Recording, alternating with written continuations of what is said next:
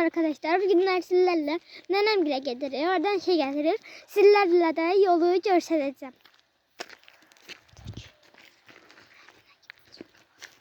Bazı kabakta bir mi var? Yalan. Yalan değil. Gidip.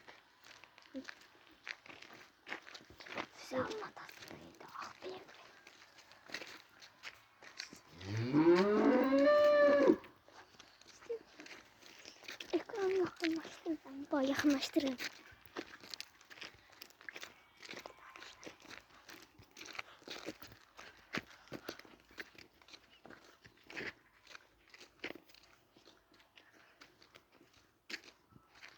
Buna bakmayın, bu arada kar olabilir.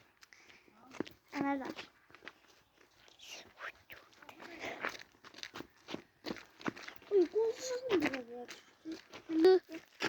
Her iki satın.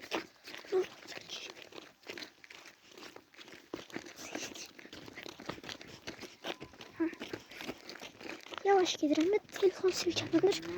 Sen alır anda. Yolu göstermeyi istemiyorum. Ben hepsini göstermeyeceğim. Kaçma.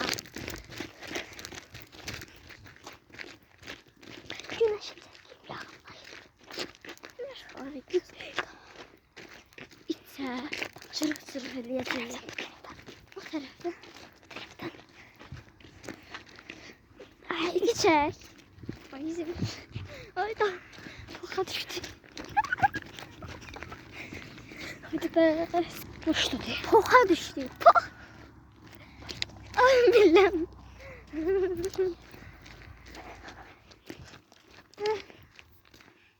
Aa, ne bu? Apar. Ver gel. Açık modu çekme. Açtım. Sen çağırır.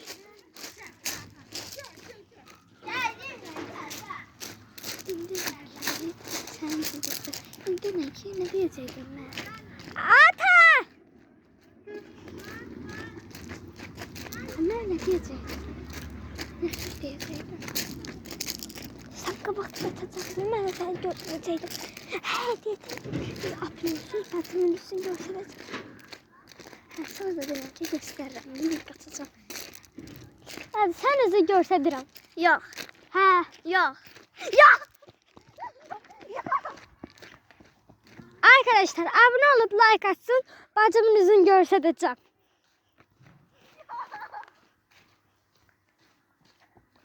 Bakın oradadır. Yakınlaştırdım görün. Bakın. Yakınlaştırmışam.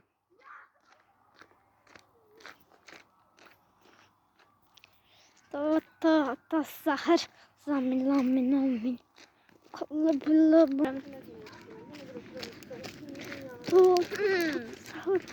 Eğer Elnur'a çok aklına gelse izin gösterebilirim. İpler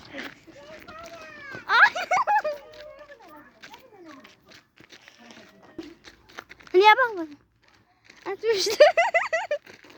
Şaştım ya. İter. Yavaş git. İt sen şimdi bak. Yok. Ay Allah.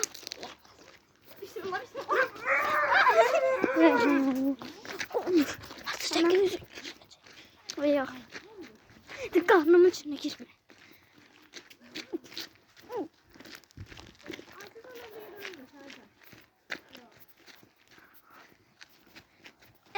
Sen bir ses diyeyim.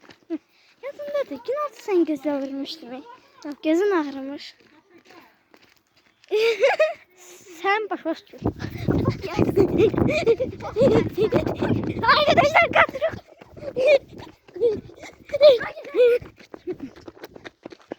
Sağ olun arkadaşlar. Ben bunu istemeydim Murat.